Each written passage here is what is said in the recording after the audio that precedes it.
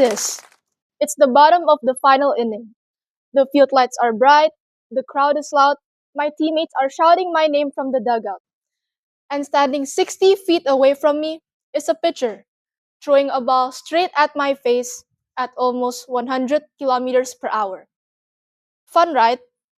But here's the strange part. At that moment, the scariest thing isn't the ball, it's actually my own thoughts. What if I miss? What if I strike out? What if everybody watches me fail?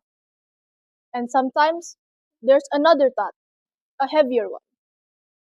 What if people are watching me and thinking, why is a girl even playing baseball?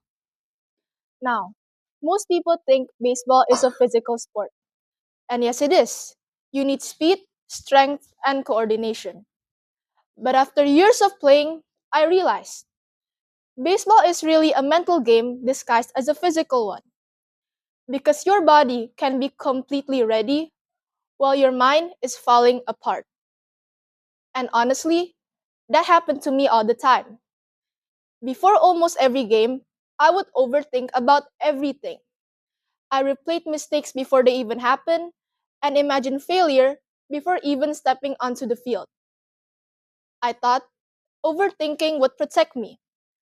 Like if I was prepared for every possible bad outcome, maybe I could avoid it.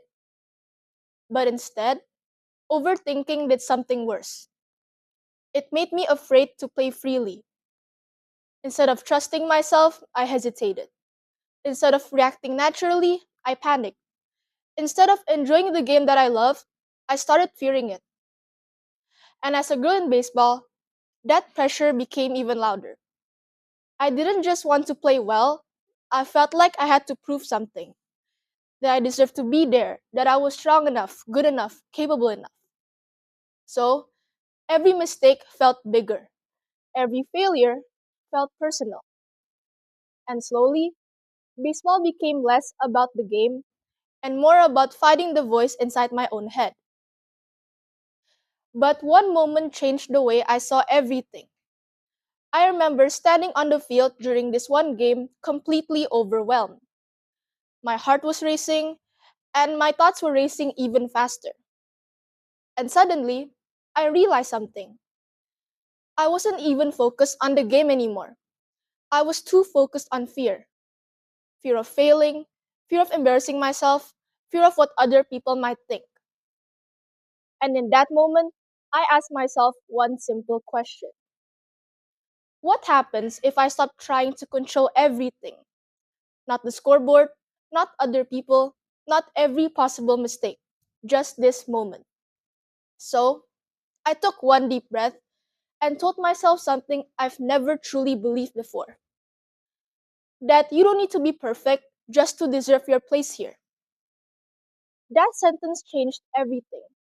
Not because I suddenly became fearless, no, I still feel nervous before games and still overthink sometimes.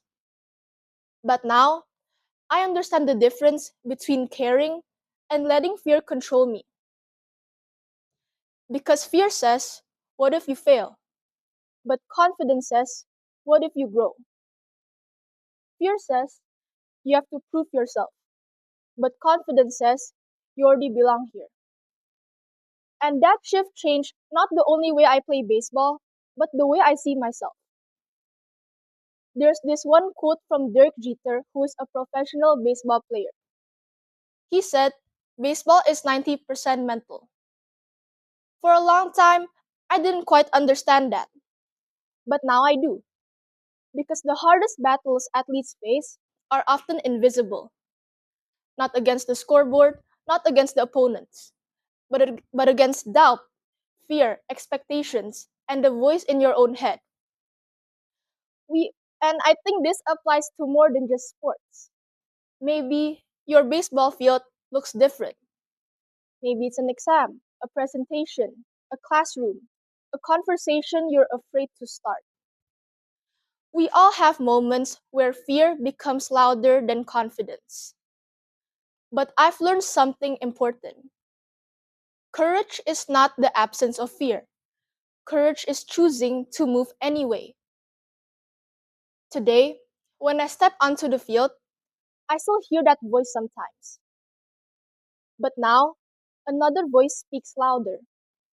The voice that says, "You love this game. You've worked hard for this. You deserve to be here." And maybe the biggest victory wasn't even about winning the games at all. Maybe it was about learning how to believe in myself. Because sometimes the biggest opponent isn't the other team, it's the voice in your own head. And once you learn how to face that voice, you become stronger than you've ever imagined. Thank you.